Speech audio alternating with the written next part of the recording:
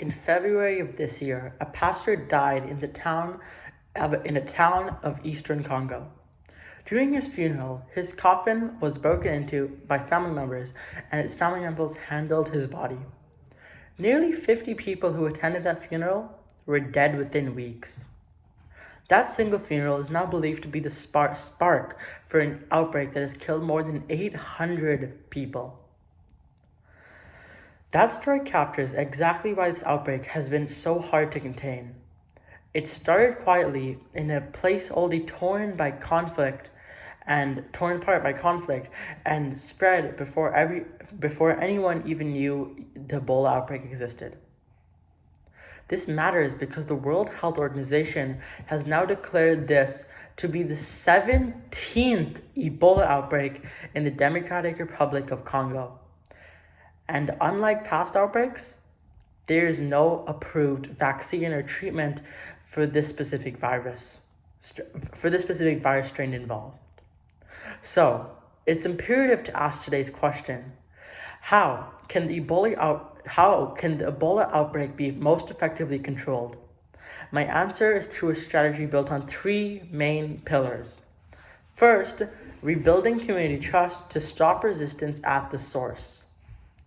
Second, tightening cross-border surveillance to catch spread before it becomes a major issue.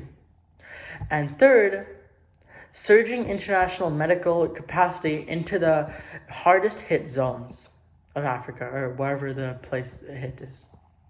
My first reason is that controlling this outbreak requires rebuilding community trust. Since resistance at the local level is actively costing lives.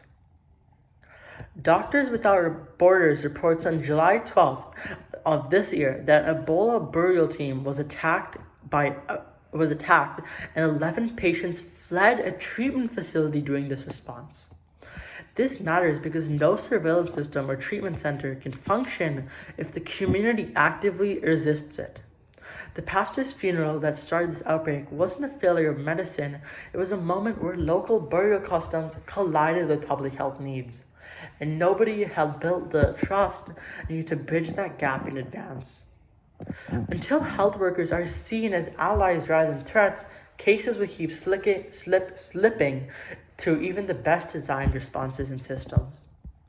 My second reason is that controlling this outbreak requires tighter cross-border surveillance since the virus is already moving faster than containment efforts. The Lancet reports on May 27th of this year that transmission had occurred along highly mobile mining and commercial corridors in conflict-affected zones, with increasing risk of regional spread and that delayed detection.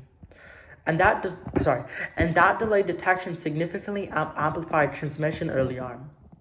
This matters because the outbreak has already crossed from Congo into Uganda, and cases have been confirmed incredibly far away, and even imported into France.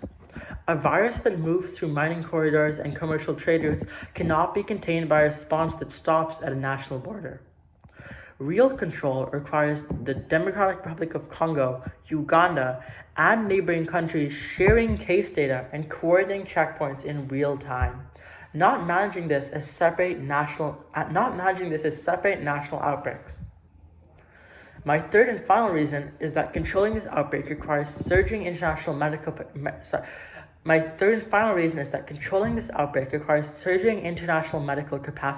directly into the hardest hit provinces.